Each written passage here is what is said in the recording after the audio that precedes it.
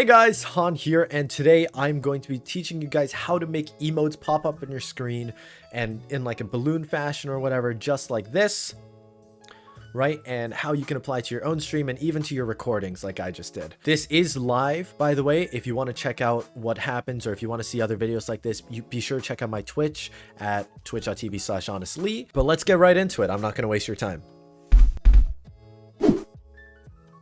For today, I'm going to be using StreamElements to show you guys how to make that overlay or the emotes pop-up overlay. On StreamElements, it's very straightforward. All you do is sign in with your Twitch account. You just go to My Overlays, right? So you create a blank overlay. I always keep it at 1080p resolution because that's also what I stream at. It just makes things easier. And all you need to do, legitimately, is just press Add Widget, right to alerts. There's one called Kappagen. So once you have Kappagen, and also be sure to name it something, right? Essentially, you can create emote explosions or emote explosions, which is like, for example, when someone follows, you can test that with an emulation, right?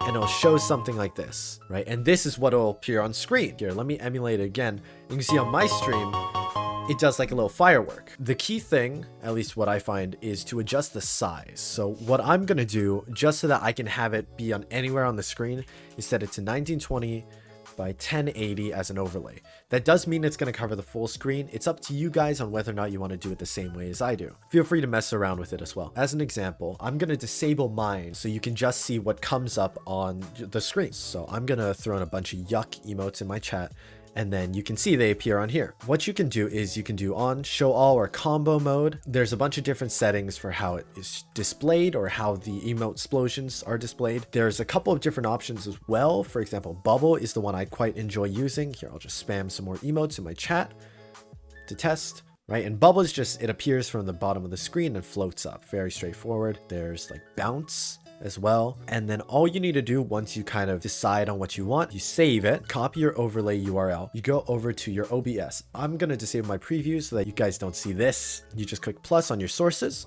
right, and go to browser. Just create a new one. So you can call it Kappagen, or you can just call it Emote Explosions or something, and then press OK. Just copy and paste the link that you got.